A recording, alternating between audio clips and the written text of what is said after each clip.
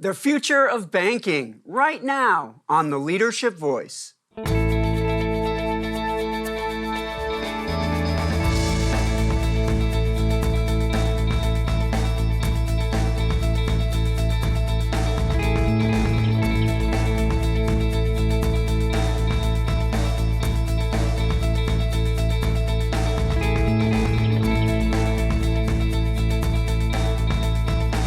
Welcome to the Leadership Voice. I'm your host, Jay Barbuto. Today's show is about the new normal in the banking industry, and we have two great professionals and an economics professor to show us the way. Joining us today is Christine Walker, First Vice President at Farmers and Merchants Bank, and Joe Hensley, Market President at U.S. Bank. We also have a special leadership lesson being delivered by Professor Pedro Amaral. Let's start things off with today's quote of the day. Today's quote comes from James P. Gorman, CEO of Morgan Stanley. Banking's a sexy industry. Creative, it's dynamic, it's global, it's fast-moving, and it brings a lot of talented people together. Let me introduce our first guest. Christine M. Walker-Bowman is First Vice President and Corporate Real Estate Manager and a fifth-generation Walker family banker, having served F&M Bank for more than 15 years. Christine's initial experience in the family business began when she took a job as a teller in the Fullerton branch. In time, she has been given additional responsibility that led her to work for both F&M Bank and its affiliate, Farmers and Merchants Trust Company. After 10 years with F&M, Christine achieved the position of First Vice President of F&M Bank and President of the F&M Foundation. Christine is both an accomplished businesswoman and a purposeful member of the community. Welcome to the show, Christine. Thank you, Jay. It's so wonderful to be here today. I'm very excited. We're glad to have you on the show. Why don't you tell us a little bit more about Farmers and Merchant Bank and how this family bank, which has been around a long time, tell us how it got its start. It's just been around for 115 years, Jay. It's super exciting for me to be here as a fifth generation of the Walker family. My great-great-grandfather, C.J. Walker, was one of the founders of Farmers and Merchants Bank, and he started it in 1907. I am so blessed because he saw an opportunity during a similar time that we have now, which is that the community wasn't being served. And so he was actually working for another bank, and he got together with some other individuals and said, I want to start a bank that's focused on serving the community and doing what's best for them. And that's how they started Farmers and Merchants Bank. And now we have over 25 branches spanning from Santa Barbara all the way down to San Juan Capistrano. And we're over 10 billion in size. And we're just extremely happy to be in the Fullerton community. And we look forward to many future years. So the bank's been going for over 115 years, which is amazing. Mm-hmm. So then the pandemic came and disrupted a lot of businesses, a lot of banks. How did the pandemic change the way F&M operated? Well, just like all businesses, we had to have a different cleaning supplies and have a different routine that we interacted with our customers, but we always kept our doors open. We never closed any of our branches. We're very proud of that. We understood that no matter if individuals were having to work from home or if they were able to go into the office, they would still need their banking services. So we were there with everybody. Our employees understood our responsibility. We were part of the first responders in a financial way to the communities that we served. We definitely looked into calling our customers if individuals weren't coming in or if we saw unusual transaction. So it was a time for us to actually enhance and step up our customer service. And so a lot of banks didn't survive during the pandemic, and a lot of businesses didn't survive during the pandemic. So what do you think some of the reasons why Farmers and Merchant did survive and even did okay during the pandemic? Well, I would say, Jay, that Farmers and Merchants Bank focuses first on its customer. And because we pride ourselves on knowing who our clients are and holding those relationships of our highest value and priority. That's how we were able to get through this unusual situation of the pandemic, COVID-19. Also our employees. Our employees are our first priority as well. Besides our customers, if we don't have employees that are going to be there, that are going to hold up our mission, what we're there to do, then we can't provide a service. And I can't tell you, being in charge of corporate real estate, how many businesses would have been able to survive if they could have kept all their employees employed. So we're very proud of that. We understood that even our staff may have had unusual situations at home where we have individuals where maybe their spouse isn't able to work anymore. So we were able to navigate and work with our employees, which allowed us to continue to serve our customers. And so really just staying principled and staying focused on the things that really matter, that's what really got you through. Farmers Merchants has always been about its tradition. We've always been focused on our core values, which is honesty, integrity, the home, church, and service above oneself. That's what my great-grandfather instilled, and we instill that through our whole family. One of the blessings that Farmers Merchants has as well is, besides the Walker family being able to be in charge, I have my father and my uncle, fourth generation, who's the CEO and the president. I've been blessed in that my grandfather and my great-grandfather, they continued working well until their upper 70s and 90s. By having that involvement, it allows for staff and employees to see a continual leadership. And in any business, if you can have continual long strands of leadership, it impacts that. Over 23% of our staff are over 15 years in working for Farmers Merchants Bank. We have individuals annually that we honor that are above 20, 30, 40 years. Again, this allows for our customers to have a consistent face that they're interacting with. That's not new to Farmers Merchants, but it seems to be new out in the banking industry that if you can see the same individuals that are giving you a high level of customer service, there's value there. Yeah, it would seem like that would pay long-term dividends for a bank. So thinking about how things are going to be in the new normal, because a lot of us have come out of the pandemic, and nobody really knows what the new normal really is going to be. But as you think about how things are shaping up into the future, what do you see F&M Bank doing to make it sustainable moving forward, and so it'll thrive? I would say two key words: tradition and technology. Tradition and technology are going to be definitely our two most cornerstones that we have. Tradition, we already have that in place as far as our morals, our values, our employees, our customers, and safeguarding them comes first. But technology is another portion of where you can see this in the industry, that we're switching more and more to digital banking. With the pandemic, a lot of customers didn't want to come into the branch system. They wanted to be able to come online or call the bank and be able to do their necessary transactions that they needed. Farmers Merchants was able to facilitate that with ease, again, because of our employees and staff. But now we want to enhance even our digital platform. We just actually launched our new website, Farmers Merchants, or fmb.com. But we revamped that, brought it forward, refreshed it. We took the pandemic as a time for us to look into our digital platforms. How can we enhance it? And that's definitely our future. Oh, that's terrific. So we want to do another question, which is about do's and don'ts for the banking industry. If you could share 3 things that banks are going to need to do, they must do in order to really thrive and survive.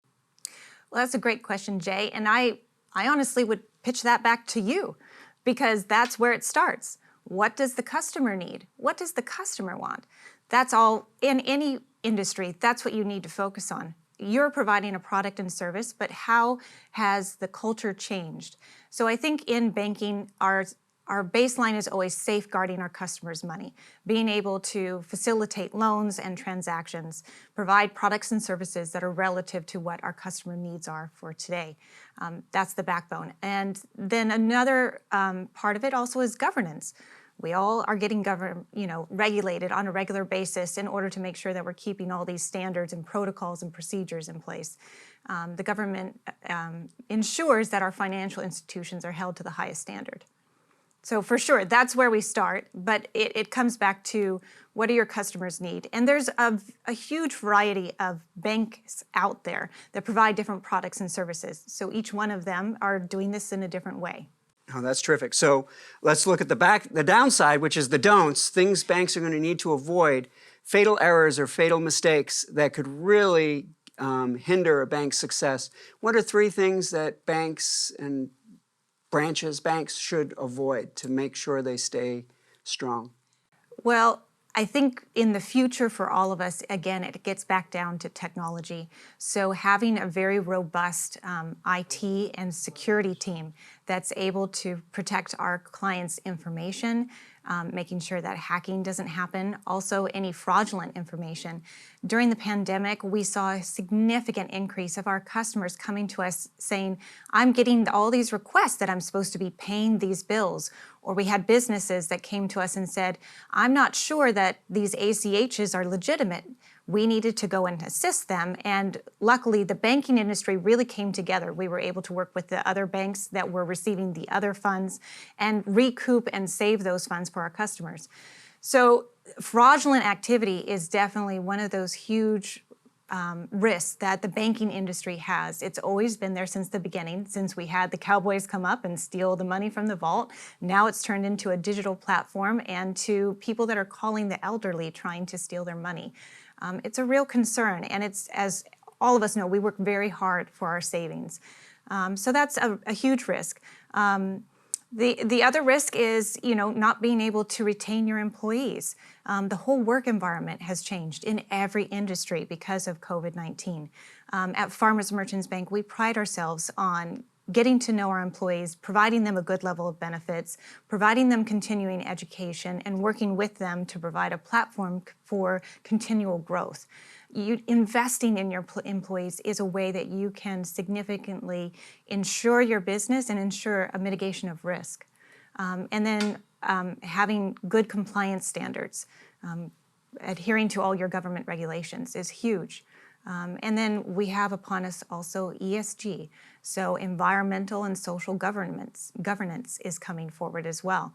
You see this in new companies like Google, Nike, any of them, they're starting to put out communication because the younger generations are focusing on these social issues. It's important for every business to stay abreast of what's coming. And so any banks, or really any businesses, that lose sight of their customers, that lose sight of their employees, or that aren't keeping up with the trends of the industry are going to find themselves in trouble. Jay, it gets back to even the reason why, Fullerton does a great job with their business college. It's about leadership. Being a good leader out to the community that you're serving, being involved, showing that you can be a doer of good. That's why we started Farmers Merchants Bank Foundation. Farmers and Merchants has always been donating and giving. It goes back to my great-grandfather, who at the time would give money to the local grocer every time he would pass by, because he knew that individuals sometimes couldn't buy even an apple. When you invest back in your community, they invest back in you. And it's just how we can all work together to achieve a better place to live. And that's terrific. So we have one final question, and that is advice. What advice would you offer someone that wants to have a thriving career in the banking industry? I would encourage everybody to understand that the banking industry is really fun and that there's a lot of opportunity in there that you never even thought of. We have marketing departments, we have HR departments, we have loans, we have tellers, we have a huge variety of different things that you can do in a bank. And I think people have this misnomer that it's just you walk in, there's a teller, or there's a loan that you need. But banking really isn't that. It's a full, robust business that there's unlimited opportunities there. You just need to pursue just trying it. And then the other part is on the banking side, it's one of those wonderful opportunities where you get to actually be involved with not just one subject over and over again, you get to be involved with multiple subjects. So one day you may be evaluating, a hair salon and the loans that they need in order to service their business. The next one you may be dealing with an investor who wants to buy a fourplex and go from that. And then after that, you may be dealing with someone who's going to be a home developer. They're taking 50 acres and turning it into single-family homes. It's very rewarding to be able to assist these people achieving their deals, being part of it, and learning. You're constantly learning as you're in the banking industry. It's really a great place to work. Oh, that's terrific. Well, I want to thank you for coming on the show, and you're going to stick around here in just a few minutes. We're going to have a panel discussion. Sounds great. Thanks, Jay. Perfect. And now it's time for a featured segment of the Leadership Voice. It's today's Did You Know? Today's Did You Know comes from Forbes.com. Did you know that 78% of Americans prefer to bank digitally as opposed to in person? In 2022, the top 3 most valuable features of mobile banking are fund transfers, check deposits, and viewing accounts. So, if your bank wants to get with the digital age, these features are a must. And now it's time for our Leadership Countdown. Today's countdown comes from Accenture.com. The pandemic has brought an evolution in banking. Here are the top 10 trends in 2022 that are influencing the shift in banking practices. Number 10 is talent acquisition. Number 9, digital banking will search for growth through international markets. Number 8 is reimagining payment offerings for customers. Number 7, AI and machine learning will bring zero-waste operations. Number 6, experimenting with central bank digital currencies. Number 5, meaningful conversations with customers in digital spaces. Number 4, transparency with fee structures. Number 3, innovation to keep up with competitors such as fintechs. Number 2, ESGs. And the number 1 trend influencing banking practices is competing or collaborating with super apps in the digital world. Stick around, we have Joe Hensley coming up next.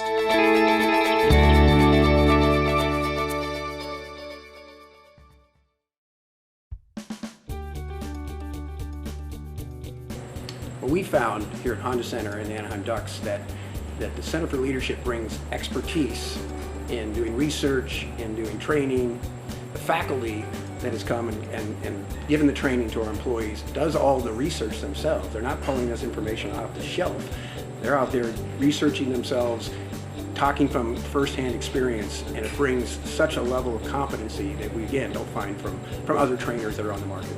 Well, simply put, is what really differentiates and distinguishes Fullerton and the Center for Leadership, really is your expertise. You guys are able to create customized content for our business based on true research. The faculty from Cal State Fullerton, obviously they're professors of their field. They have deep knowledge and research, but also, aside from the theory, they really bring in some practical examples, and they bring in a lot of interactive activities. The Bringing Learning to Work initiative is our way of meeting the needs of Orange County businesses and communities. When our clients ask the Center for Leadership to come to bring learning to work, the clients know that they're getting cutting-edge information, the latest thinking in the field, but they're also getting world-class training.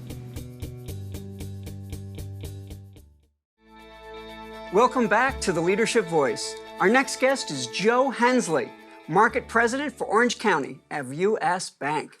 Hensley has been banking for over 40 years. He now leads U.S. Bank, Orange County, and its 1,052 employees. Hensley serves on the board of Orange County Business Council as immediate past chair, Orange County Housing Trust, chair of California State University Fullerton's Board of Governors Philanthropic Foundation, Segerstrom Center for the Arts, and the John Wayne Air Service Task Force. A leader both in business and in the community, please welcome Joe Hensley. Thanks, Jay. It's a pleasure to be here today. It's great to have you on the show. Joe, tell us about your journey, because I have had the privilege of hearing this a couple of times before, that you went from being a teller at a bank to eventually becoming president of U.S. Bank Orange County. Could you tell us about that journey? Absolutely. You know, when I started in banking, I only started to work my way through college. I had no intention of being a banker. And so I took a part-time teller role, and I noticed very quickly that numbers, I was great with numbers. I'm terrible with names, but when customers would come in, I could remember their 10-digit account number, but I couldn't remember their name. So I noticed, well, this number thing is rather unique. And so I continued to work my way through the banking stages. And I think every position I had helped me get to where I am today and made me a better market president, because I came up through the retail side, ended up running consumer lending for a fairly large bank. And then once I left there, I got in the commercial side and spent some time in the investment side. And once I had completed all those, I worked as an individual contributor in the commercial side for U.S. Bank. And U.S. Bank said, hey, would you consider moving and becoming a market president for us? And I was in Louisville, Kentucky, and they said Orange County, California. I said, sure.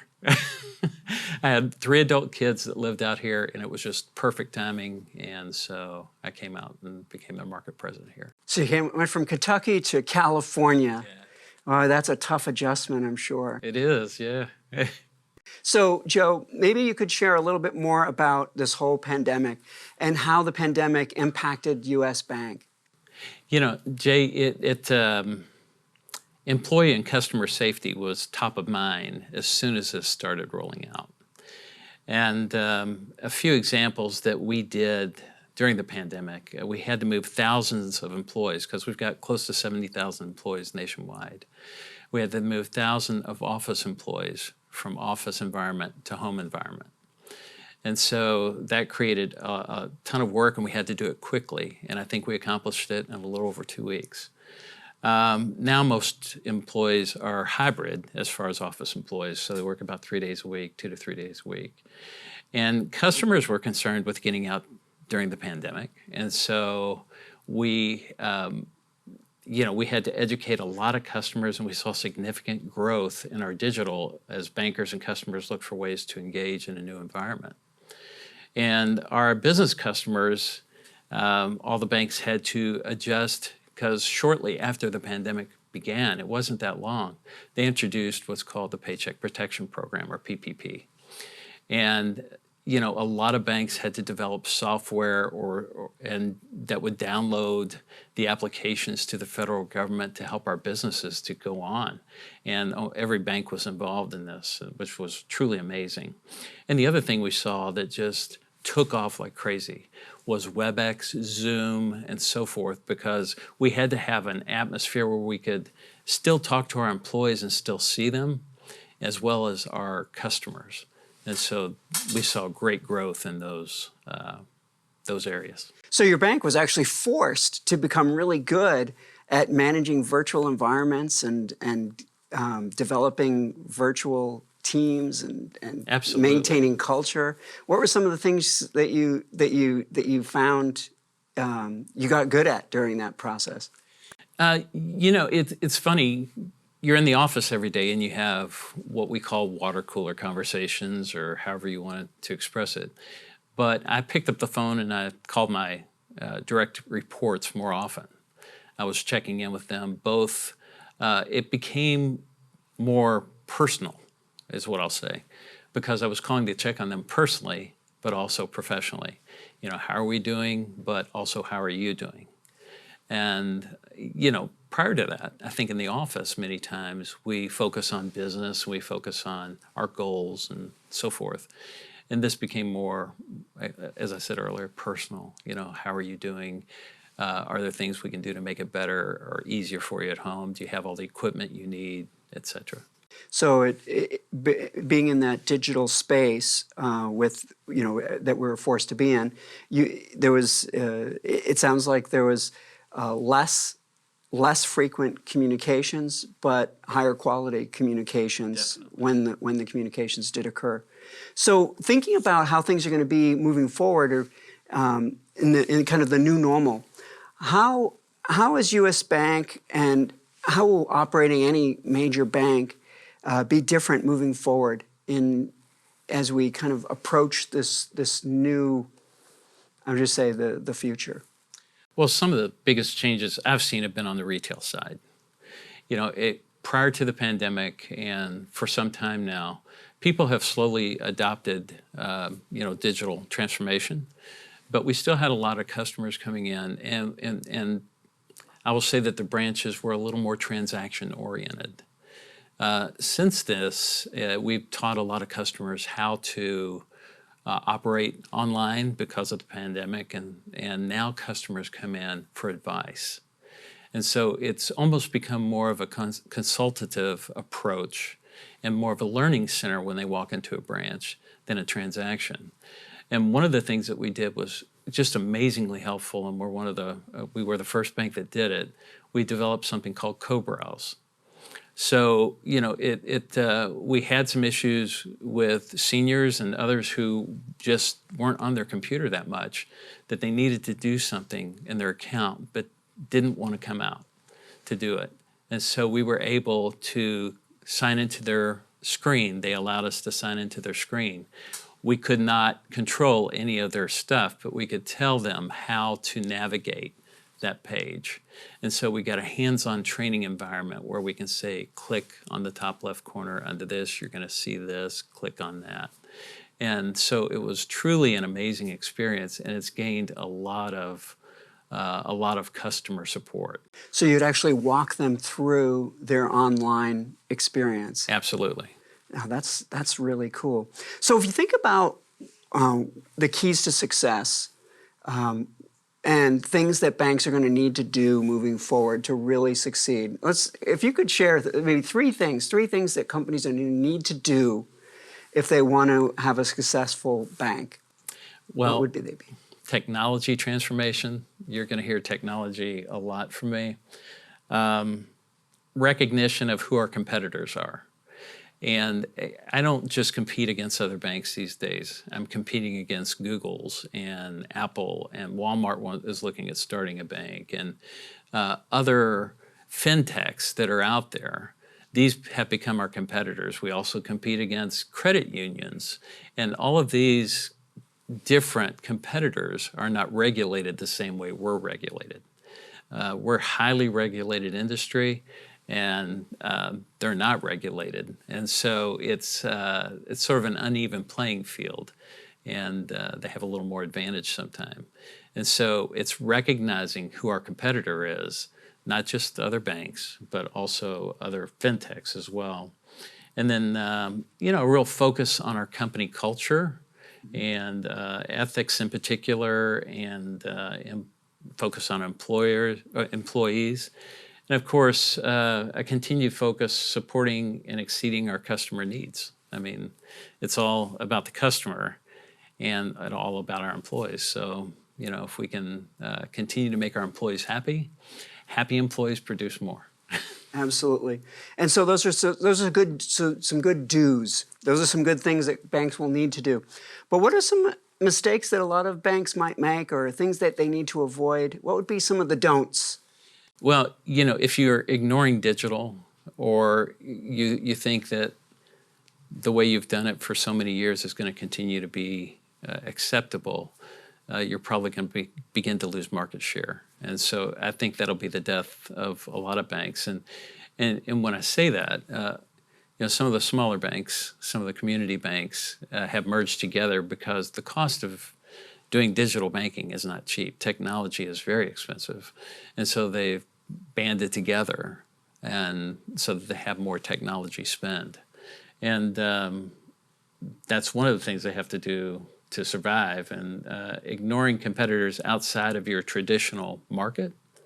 I mean, if I pay no attention to the fintechs, in a few years, I'll have a whole lot less market share, and they'll have a whole lot more.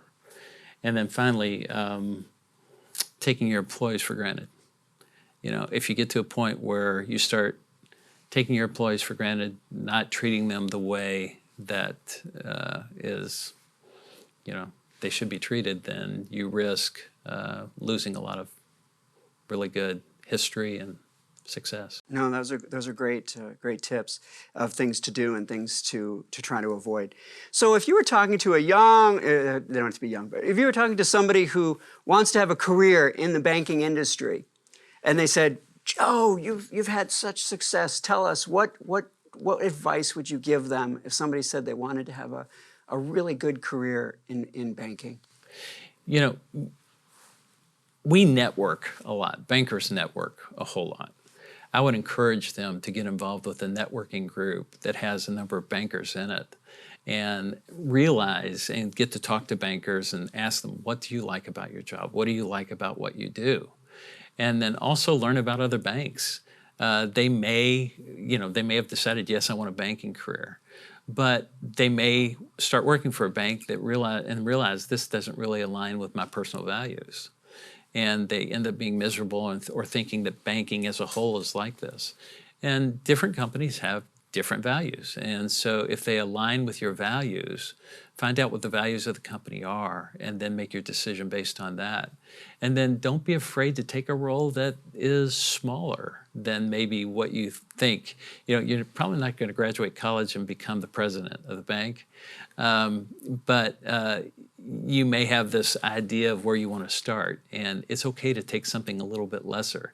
Everything that you do within the bank makes you that much better of a leader in the future. Okay, those are great words of wisdom from a person who's been there and taken that journey. Joe, I want to thank you for being on the show with us, and we're going to ask you to stick around because we're going to have a panel with you and Christine here in just a few minutes. Absolutely. Terrific. Thank you. It's now time for our leadership example. Today's leadership example comes from American Banker. Let's take a look at the top 10 financial executives to watch in 2022.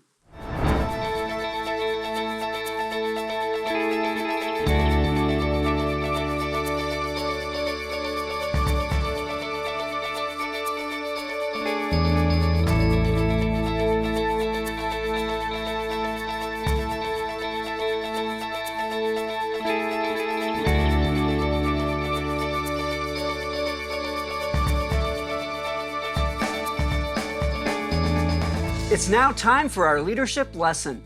Today's leadership lesson is being delivered by Associate Professor of Economics, Pedro Amaral. Hi, I'm Dr. Pedro Amaral, and today's leadership lesson is on how the rise of digital finance is impacting the banking industry in the wake of the pandemic. Let's start with one of the more visible signs, the decline in local bank branches. To be sure, they've been declining since 2009, but the pandemic seems to have accelerated this trend. Branches have been closing because of consolidation, but also because consumers are changing the way they bank. When surveyed by EY Global Banking and Capital, 43% of respondents said that the way they bank has changed in the way of the pandemic. 66% said they are visiting local branches far less.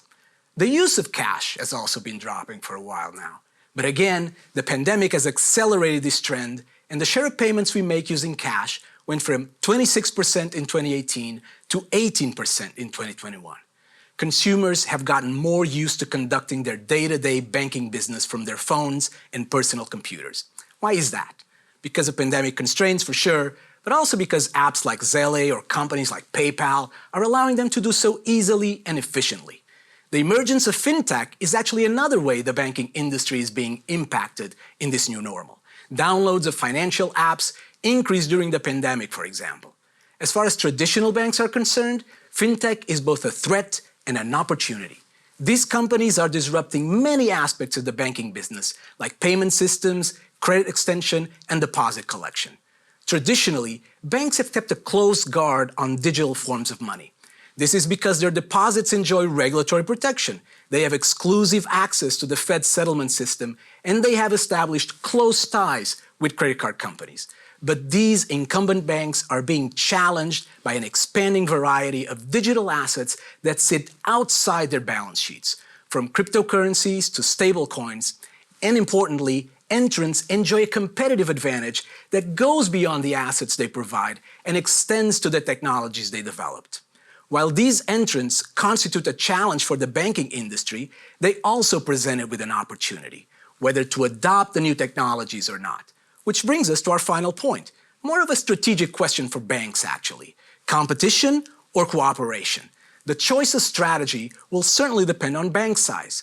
Considering the large investments needed to compete, it seems likely that small and medium-sized banks will be more likely to cooperate or risk being acquired. Because of this, the consolidation wave we have seen in the industry is likely to continue. The number of commercial banks peaked in 1984, and it has been falling ever since. And whereas small banks once dominated the landscape, large banks are equally as numerous today. The increase in concentration will certainly be a challenge for regulators charged with enacting antitrust rules to ensure consumer welfare. I'm Dr. Pedro Amaral, and this has been your leadership lesson.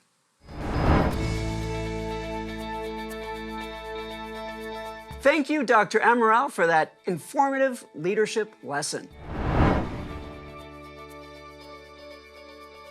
It's now time for our leadership panel.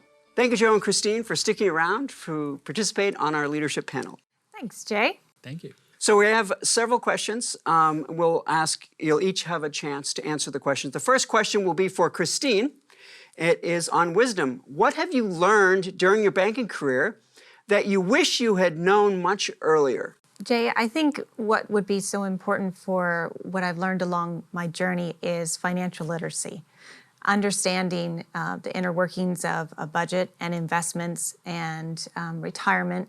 These are complicated concepts that we don't get taught in schools. And I'm very excited that at Farmers and Merchants, we are going to put forward a financial literacy program. And I'm very excited about it because for me, it's a personal experience that I went through where even though I grew up in a banking family, we didn't talk about that over the dinner table. And I think a lot of families, no matter where they are and what businesses they're doing, it's not a normal topic that you talk about, but it does shape your life. So I'm very excited about financial literacy being a part of wisdom that I can give back. And so if you had developed that financial literacy earlier in your career, that would have made a big difference. It would have, for sure. It would have impacted a lot of decisions that I would have made a better choice on. Oh, terrific. What about you, Joe? What is something that you wish you had learned earlier in your career? I really wish I would have learned more about team building. When I started in banking, it was in the late 70s, early 80s, and it was very much a top-down approach at all the banks and that I worked with. And so it was, if you're the leader, then you communicate it, and it's almost, it reminded me of being a Marine or in the Army. Then that person follows that command. And you don't look for anything back from them, you just want them to obey. And I found that, building teams has been so much more valuable over the years. Now I have a team that reports to me that, they're very happy, they're engaged. And when I hire a new senior executive, I have 2 members of my team interview them, and if all 3 of us don't agree, I don't hire them. And that keeps us away from some bad hires, or somebody might have interviewed really well with me and then didn't interview really well with somebody else. And so it's just a totally different approach, and they're more engaged, they're happier, and they feel like they're giving something, they have something of value, and it's being considered. Oh, terrific. So our second question, and Joe's going to answer the second question first, is about mistakes. Joe, can you please share a mistake you made, what you learned from it, and how it has made you a better leader? Absolutely. I am an extremely curious person, and so if I was in a role for too long, I would get bored. And so I jumped around a little bit during the mid part of my career to different banks or to different investment firms. And a large part of that was chasing money. There's a lot of people out there that will offer you more money. And I realized in the middle of all this that I was making more money than I'd ever made, and I was more miserable than I'd ever been. And so I stepped back and took a little less money and took a role that I really wanted. And it was amazing once I aligned my values with what I was doing in my professional life, the money followed. I made more money those next several years than I'd ever made in my life.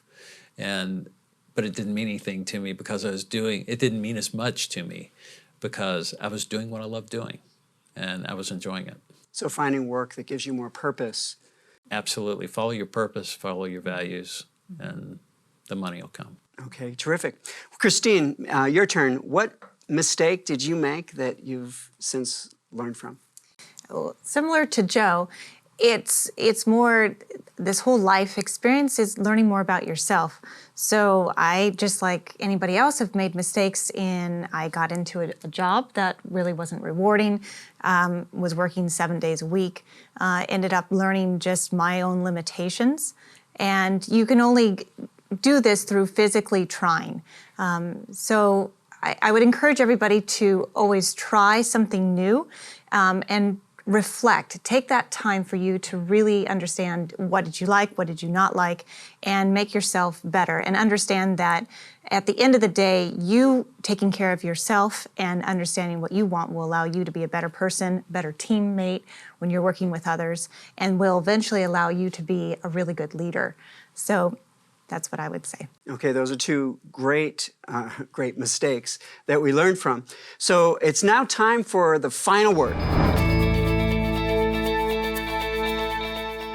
This is your chance to leave our viewers with some final pearl of wisdom. And Christine, you will go first. Thanks, Jay. I would just say, never give up. Always try. There's going to be times when you succeed at something, and there's going to be times when you don't. And it gets frustrating, and sometimes you lose your passion or your momentum. But just take it as a moment that you're supposed to do some self-reflection and regroup yourself and try again. And don't give up on your dreams. It just means that maybe you need to change your perspective on your dream. Maybe there's a different way that you need to approach it. And I think that if individuals really continued on, that they will succeed in what they're meant to do. That's great. Joe, your final word. It's very similar. Follow your passions, follow your values, and make sure that they align with what you want to do. And if you do that, you'll find a very rewarding career, and the things that you think are important will most likely follow as well. And there you have it, our final word. Thank you, Christine and Joe, for joining us on today's show. Appreciate it. If you have a question or need advice, connect with us by email, leadership@fullerton.edu, or by Twitter @CSUF_leadership. Well, that about does it for today's show. Today we explored the new normal in the banking industry. Thank you to our guests, Christine Walker and Joe Hensley, for joining us. And also thank you to Professor Amaral for delivering today's leadership lesson. Join us each episode of The Leadership Voice as we bring you insights to guide your leadership development. I'm Jay Barbuto, and on behalf of the Center for Leadership at Cal State Fullerton, we'll see you next time right here on The Leadership Voice.